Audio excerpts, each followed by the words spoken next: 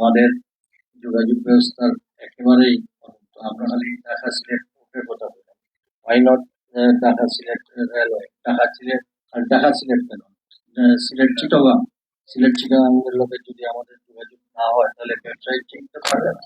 তো আমি দাবি করছি ঢাকা, চিটাগাং অথবা সিলেট, জাফলং পর্যন্ত নেব।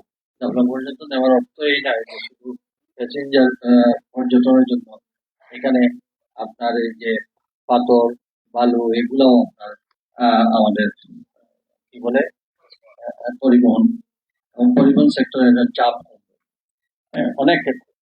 তো কাজে আমাদের পর্যটন হয়ে আছে ফ্লেক্সিবল বিষয়, কিন্তু পর্যটনের ইনফ্যাক্ট এখন পর্যন্ত কোনো মানে স্টাডিও করা হচ্ছে না, যার যেমনি মনে হয়েছে ইনশাআল্লাহ আগামী আমার মনে হয় 4-5 মাসের ভিতরে একটা ভিন্ন চিত্র এবং এটা আলাদা একটা আহ, আহ, অবস্থা সৃষ্টি হবে ইনশাআল্লাহ আল্লাহর সঙ্গে।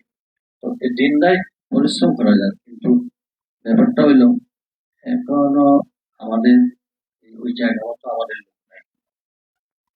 এখন আমি নিজেই যেতে হয় সেকশন অফিসার হলো টেবিলে টেবিলে, কারণ ওইখানে যদি আমার লোক থাকতো তাহলে আজকে আমি ফোন দেবে লোক।